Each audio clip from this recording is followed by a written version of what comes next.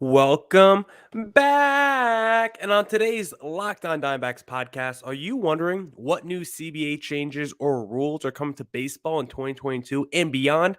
That's what we're talking about on today's pod, breaking it all down post lockout. So it's a jam-packed pod. It's a fun pod as always. So let's jump right into it.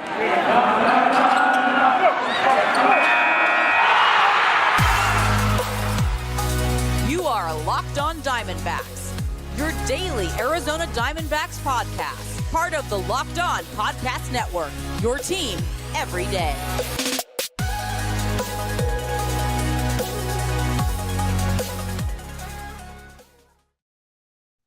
Millard Thomas of Locked On Diamondbacks still here. I'm a multimedia journalist and I'm a graphic designer, so please go check out my website, millardthomas24.myportfolio.com. On there you can see all my latest work, from my packages to my articles to my photos and my graphic design. If you want to see more content by me, just follow me on Twitter at CreatorThomas24 for my personal account, or look up Locked On Diamondbacks on both Twitter and Instagram for the podcast handle. And of course, thank you for making Locked On Diamondbacks your first listen every day. I would not be able to do this podcast without you, my loyal listeners, sharing, subscribing, reviewing, doing all that so I could do this podcast for you. Thank you. And also, today's episode is brought to you by BetOnline. BetOnline has you covered this season with more props, odds, and lines than ever before.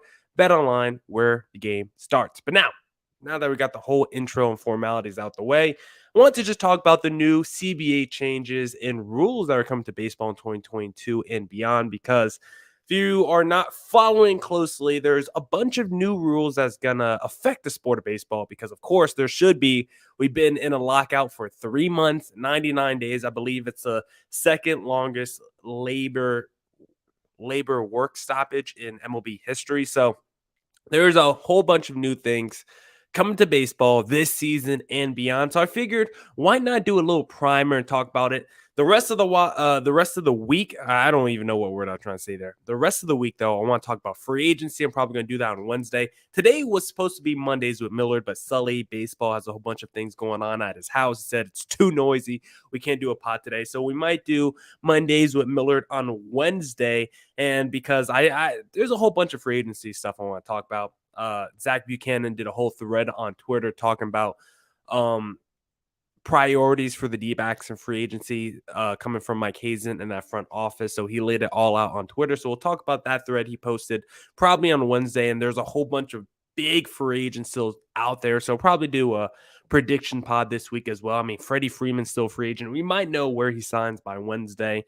Guys like Chris Bryant, Trevor Story are free agents as well. So I want to do a big free agency pod later in the week, talk about the D-backs and the rest of the baseball world in general. So that'll probably come Wednesday and Friday. Wednesdays with Millard will probably be on Wednesday because it's usually Mondays with Millard, as I said, but we'll probably do Wednesdays with Millard this week with Sully Baseball. But let's talk about those new changes coming to baseball. That was probably too winded of an intro for this podcast segment, but let's talk about the new rule changes coming to baseball in 2022, because the first one I think we could start off with is under the new CBA, minimum salaries will begin at $700,000 in 2022. This is an unprecedented jump, 23% increase from last season. It will rise up to $780,000 for the final year in 2026. So those baseball players, those minimum salaries, they, get a little hike. I don't really have too many strong thoughts on minimum salaries and some of these CBA changes. I just wanted to mention and throw it out there. So one of the things that the players are fighting for was more money before they hit free agency. Now the minimum salaries have increased for these players. So I definitely think they're happy and think that's a win for their cause out of this lockout. The second one I think is more interesting that I've written down here. The competitive balance threshold, which taxes big spending teams that surpass pre-established limits, that will be set at $230 million in 2022, a near 10% increase from last season, and will reach $244 million by 2026. So that is basically the luxury tax. If you hit that mark that I just said, you will start to get hit with big tax penalties. So the luxury tax is something that is kind of, a fake salary cap, a quasi salary cap. And I'm glad that they raised the salary cap. Hopefully it means teams will spend more money in free agency, but I'm not too sure if that will actually happen.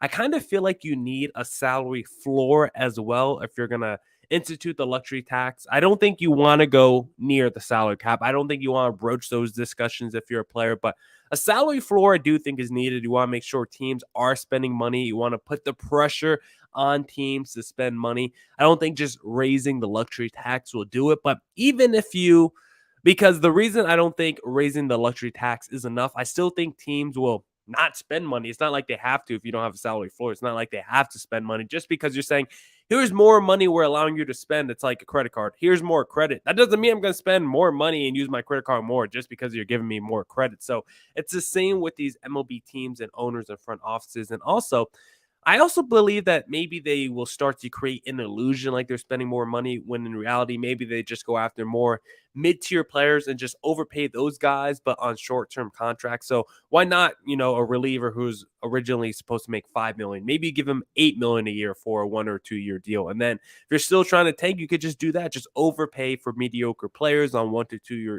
or 2 year deals. And you can still go out there and really give an illusion like you're spending money, but in reality, you're actually saving money in the long run, and you're actually still trying to lose games. So just because you increase the luxury taxes doesn't mean it's going to make teams spend money. It doesn't mean it's going to stop tanking. So I like the fact that they increased the luxury tax. I'm glad that they're trying to do different things and trying to, make sure that you get the most competitive product on the field as you can. But I'm not sure if the luxury tax thing is enough right now, but we'll see how it plays out because a lot of these things you have to see how it plays out before you actually give your final opinion. So this is more like my preliminary opinion on a lot of these rule changes before we actually see it implemented and take effect.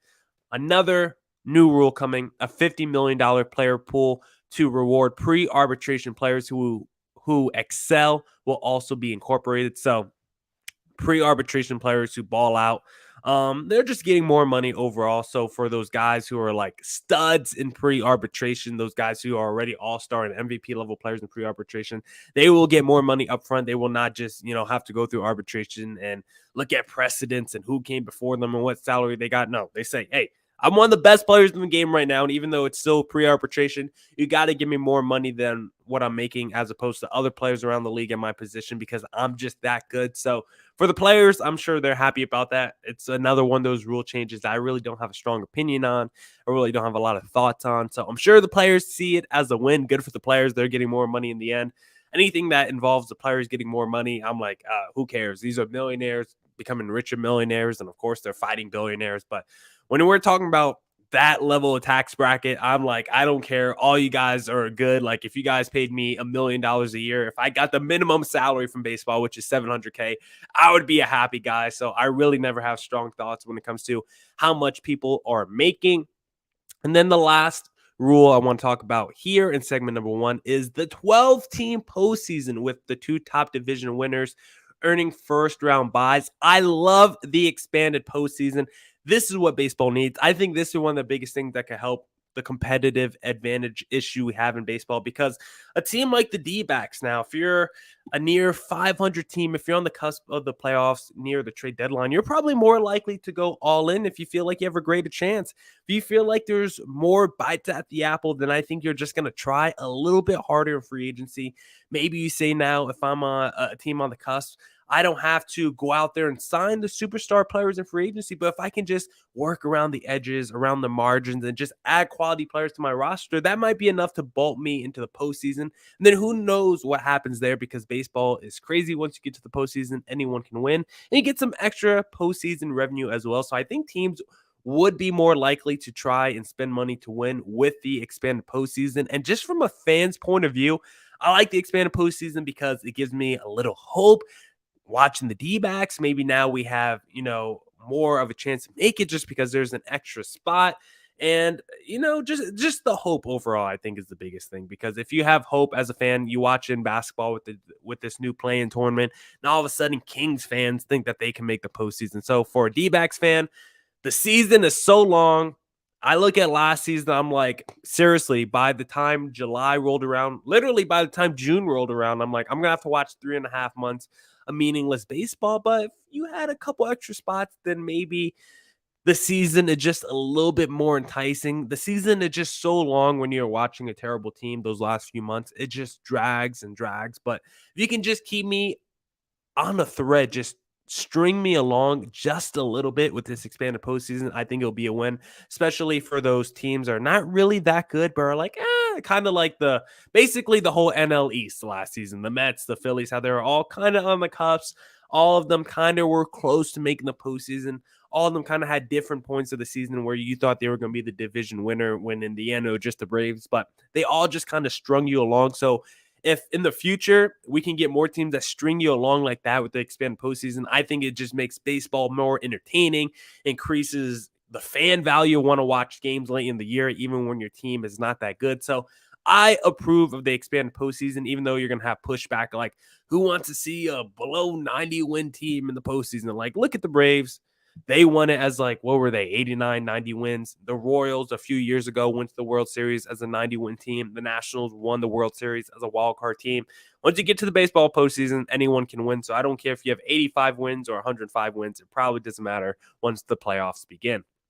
Now we'll talk about some more rules that are coming to baseball in 2022 and beyond, because there's some fun ones coming up. But first, I want to talk to you guys about BetOnline, because it's that time of year again as college basketball's tournament is finally upon us. From all the latest odds, contests, and player props, BetOnline.net is the number one source for all your sports betting needs and info. BetOnline remains the best spot for your sports scores, podcasts, and news this season. It's not just basketball. BetOnline is your continued source for all your sports wagering information needs, including live betting and your favorite Vegas casino games. Head to the website today or use your mobile device to learn more about the trends and actions. BetOnline, where the game starts. And thanks for making Locked On Diamondbacks your first listen every day. Locked On MLB Prospects host Lindsey Crosby is a prospect encyclopedia. He's going deep on the MLB stars of tomorrow. It's free and available wherever you get your podcasts. All right. Let's get back into the podcast. Let me take a quick sniffle.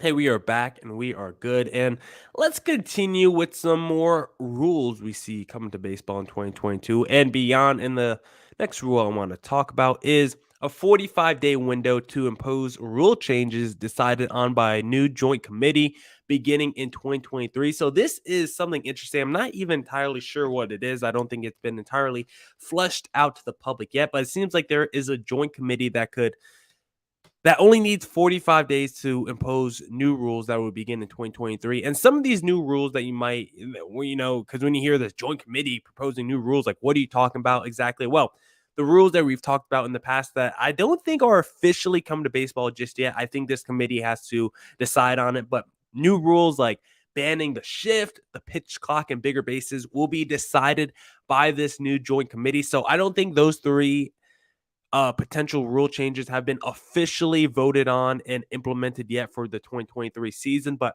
the banning of the shifts is definitely something I want to see. I've talked about it ad nauseum with Sully Baseball and other times on this podcast. Like, why do you want to do something that will inhibit more offense in baseball, which is the most entertaining part about baseball? Like, we all complain about how we don't see more action on the bases. We don't see more singles. We don't see more doubles. It's all about the three true outcomes. Well, one way to combat the three true outcomes is letting those players that bat 220, 250, but they only bat that because they're strictly pull hitters, like the Joey Gallos of the world. Let those guys pull the ball, basically. Like, if you took the shift away, I'm sure Joey Gallo goes from like a 240 hitter to like a 280 hitter, because a lot of those guys, they can hit the ball. They just have a problem of hitting it where they ain't. And if all of a sudden those balls are going through the hole, then you're going to have more action on the bases. Some players will end up getting more money in the end. I think that's one reason why players would be pro banning the shift, because players like Joey Gallo will probably have their value increased around the sport and will end up making more money in the end. So if it increases offense, if it increases the entertainment value, and if it increases the players' pockets, I think everyone would be on board for banning the shift. The pitch clock, I think, has to come. And it's not just because of pitchers, it's also because of the batters stepping out the batter's box repeatedly to fix their groin and all that other mess. So if you have a pitch clock that starts once the catcher catches the ball, I think this could be great for baseball, especially if it's like under 20 seconds, if it's like a shot clock. I don't think you really need a long pitch clock. I don't know how long it takes to go from pitch to bat to back to pitcher. Like, that whole process shouldn't take that long. So I think a pitch clock could be nice for the pace of play. banning the shift could be nice for just entertainment value and seeing more offense on the field. And the bigger bases point, I really don't know how that affects baseball. Would it be easier to steal? Would it be easier to pick off someone? I don't really know. I need to read more into that. So that one I really don't have a strong opinion on, but banning the shift and the pitch clock are two things I definitely want to see implemented in baseball. And if those two do get implemented, it won't be until 2023. The next thing that is coming to baseball that is a huge deal is the universal DH. We already see this affecting the sport right now because Nelson Cruz is already one of the hottest free agents on the market. I didn't know how I wanted to phrase that.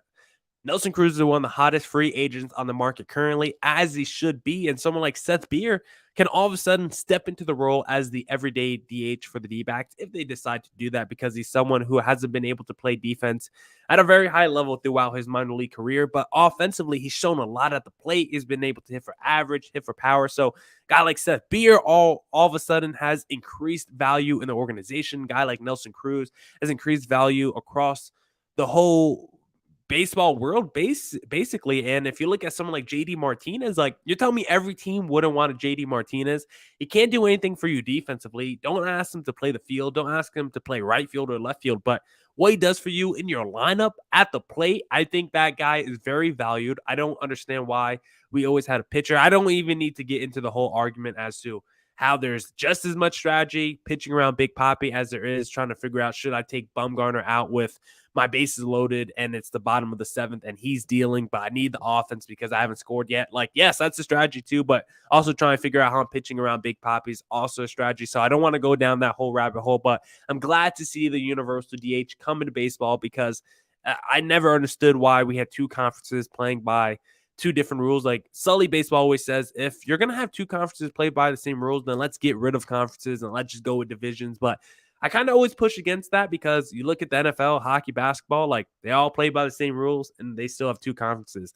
I think you can still keep two conferences in baseball, Sully. I don't think just because we have the universal DH, you have to get rid of conferences. Like, we should have always been playing by the same rules. It doesn't make any sense how you can have a sport where half the teams play by one set of rules, then half the teams play by another set of rules, and then the two teams have to figure it out once they get to the World Series, which is the biggest stage. And one team might have a disadvantage if it's a team like the Red Sox and have an everyday player like Big Papi or something like that. So I just never understood why we didn't have a universal DH from the beginning, but I don't have to worry about that anymore. And the last rule I want to talk about in this segment is the additional advertising through patches on jerseys and decals on helmets. This is something I don't have a strong opinion on, but MLB and the owners were definitely getting this one in, because if you look at basketball and soccer, how they have the jersey patches on their jerseys, like the Clippers, they have that little bumble patch. I'm not even sure if they still have that, but I think they have the bumble patch. The Lakers have like crypto.com on their jersey. So just something for MLB to make extra money. So whenever you hear MLB owners cry poor, just remember all the different revenue streams they have. They have all these different networks streaming their games. They're going to be putting decals on jerseys. Like, baseball is making money hand over foot. So that's why I'm like, we also need a salary floor and just not increase the luxury tax, because there is so much money going into baseball, and it just not the input of money is not reciprocated in the output of money in terms of baseball finances. So I definitely need to see more spending from these owners as there's more money poured into the sport of baseball. Now, I got 3 more rules that I want to talk about with you guys. But first, I want to talk to you guys about Built Bar, because this is the time of year that I've pretty much given up on all my New Year's resolutions, but not this year. I'm sticking to my resolution to eat right thanks to Built Bar. Have you tried the puffs? They're absolutely delicious. They're chocolatey, but most importantly, they're fluffy and they're marshmallowy. They're absolutely delicious. They're a protein bar. Like all Built Bars, they're protein bars, but you probably wouldn't know that, because when you first try the Built Bar, you think that you're eating a candy bar, but that's kind of the magicalness of the Built Bar. You think that you're eating a candy bar when in reality, you're actually eating a protein bar, low in calorie, low in sugar, high in protein, high in fiber, and all Built Bars covered in 100% chocolate, soft and easy to chew. If you want your own Built Bar, just go to Built.com. Use promo code LOCK15 for 15% off your next order. Promo code LOCK15 for 15% off at Built.com. All right. Let's get back into the podcast and let's discuss the final 3 rules I want to talk to you guys about today. This next one is A 6-team draft lottery. This is the hopes of curtailing tanking in baseball. So the teams with the 6 worst records in the sport of baseball will be put in a lottery. You see this in basketball, we see this in hockey. But the thing with the lottery is I'm not sure if the lottery actually curtails tanking. Now, follow me here. I think when you look at tanking in sports, I think it's most prevalent in basketball and hockey. How much do you hear about tanking in football? You don't hear it as much. You hear it in baseball, but I think the sports you that is most the sport that is most synonymous with tanking is both the NBA and the NHL, and I think that's because uh, let me give you an example to illustrate this. If a team is on the cusp of making the postseason, and then let's say they lose their best player halfway through the season, I think there's more motivation for that team to then start losing so they can increase their odds, as opposed to if it was a fixed position. I think it would be tougher for that team to make an argument to say, hey, let's start losing games because, yeah, we might lose. We might try to start losing games right now, but are we really going to be jumping that much up in the draft order? But if you're doing a lottery, then you say, we just got to increase those odds. So if we can go from 10% to 15% chance of getting that number one pick, it's worth the risk, as opposed to saying we're eighth right now, and if we keep losing games, we might be able to move to fifth, but that's not a guarantee. It's more of a guarantee for you to get the number one pick if you increase your odds. So I think there's just extra motivation for teams to try to lose games if there's a lottery as opposed to a fixed position. I just think if you're telling a team, if you lose more games, that increases your odds. I just think that does something to a psyche. I don't know. You can tell me I'm wrong. You can tell me I'm crazy, but I just think it does something to your psyche if you can see how losing directly correlates to your odds of getting the number one pick. I just think that does something to your psyche. I don't know. I just think it's harder to wrap your head around the idea of losing games when you're like, I don't have to when it's already a fixed position. I think it's just harder to wrap your head around. I'm sorry if I feel like I'm rambling. I'm definitely rambling a little bit, but just to me, my personal feeling, I just feel like it's harder to tank when it's a fixed position as opposed to just increasing your odds. Maybe one of you guys could tell me I'm wrong on Twitter at Creator Thomas 24 for my personal account if you want to hit me up and tell me I'm wrong. But that's just how I feel. That was probably too big of a ramble. It was probably incoherent and it probably didn't make a lot of sense, but hopefully you followed me along there. Next rule, a provision that prevents teams from optioning eligible players more than 5 times within a season. Honestly, I don't know how many times players normally get optioned during a season. I feel like it's unlimited times sometimes with these young players. So 5 times during a season, I guess that's good. I guess that's good for the players. I feel like 5 times is still, I feel like you should have done like 2 or 3 times. Like either keep the guy in the minors or promote the guy, whether you think he's ready or not. I think, like, I'm the guy that thinks there should be less minor league systems because I think there's just too many levels. I know that's probably not a popular take, but I already think there's too many levels of minor leagues. It takes too long to see these guys matriculate on the MLB level. The development from these guys take too long. Like, let's just put these guys in the fire, get them to the major league level in 1 to 2 years and see if they're ready to perform or not. And if they're not, then that's okay. Maybe baseball is not their sport. I just think we have too many minor leagues in general. So I guess the optioning of, I guess limiting optioning players to just 5 times within a season, I guess that helps the sport of baseball. I guess that helps the service time manipulation, but I really don't think in the long run it's really going to make that much of a difference. I think overall there should just be less minor leagues in general. I think there's too many players that think they have a shot to make it to the major leagues and they probably don't. So yeah, minor league players need to be paid more, but I think it would also help overall if there were just less minor league systems in general, because I just don't think we need to have 500 minor league players. Then the last rule that I want to talk about today is 2 measures aimed at limiting service time manipulation. A full year of service time awarded to players who finish within the top 2 in respective Rookie of the Year voting, and draft picks awards to teams that promote players on opening day who finish among the top vote getters for major awards. So basically, if you do really well, you're either going to get a full year of major league service time if you're a player. And if you're a team, if you have a rookie that does really well, then all of a sudden you might get some extra draft pick compensation. So all around, I kind of like that a lot, because now players, they're getting their full year of service time, no more where it's like sometimes you see those. Sometimes it's really weird with baseball. Baseball makes no sense with this, where basically a player can play for 3 seasons and still be considered a rookie for 3 years just because they didn't play enough games. I think once you play, seriously, once you step on a field 1 year, if that's your first season, then that should be a rookie year. Whether it's 1 inning, whether it's 1,000 inning, whether it's 1 inning or 1,000 innings, I don't really care. Once you step on the field that first year, that should be your rookie season. And then the conversation's over. It's like the Ben Simmons thing. He didn't play his first year, so that didn't count as his rookie year. But once he stepped on the basketball court that second season, that was his rookie year. Julius Randle broke his leg 15 minutes into his NBA rookie season, had to miss the rest of the year. And guess what?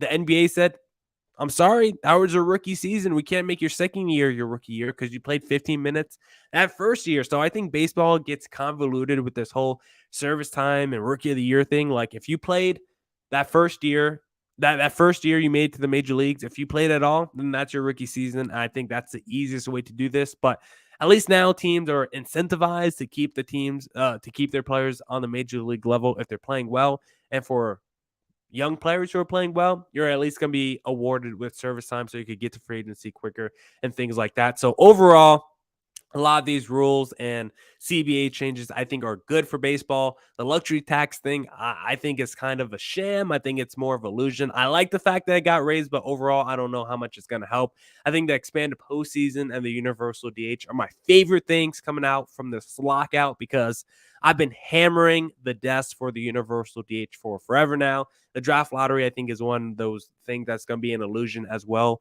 I really don't think it's going to curtail tanking too much. So we'll see some of these measures, how it affects baseball. Once it actually gets implemented and we see it in action, then we could give a better opinion on some of these new rule changes. But for now, those are my preliminary thoughts and opinions on some of these rule changes coming to baseball in 2022 and beyond. Now, that's it for this edition of the Locked On Diamondbacks podcast. No Mondays with Millard today, so hopefully we do Wednesdays with Millard this Wednesday with Sully Baseball of Locked On MLB. And speaking of Sully Baseball, thank you for making Locked On Diamondbacks your first listen every day. Go make your second listen of the day, Locked On MLB with Sully Baseball. His podcast is free and available wherever you get your podcasts. As I said at the beginning of the pod, I want to do a free agency pod later in this week, one on the D-backs, based off that thread by Zach Buchanan talking to Mike Hazen on priorities for the D-backs post-lockout, and then one on the biggest stars predictions where they're going this MLB free agency post-lockout. So bunch of free agency talk I want to do later in this week. Just want to do a primer pod for everyone who wasn't too sure what the new CBA changes were going to be in 2022 and beyond. So hopefully it didn't get too convoluted for you guys because I know I kind of went on a ramble there when discussing the draft lottery, but thanks for sticking through it with me. Thanks for making Locked On Diamondbacks your first listen every day. And I'll catch you guys later in the week. Deuces.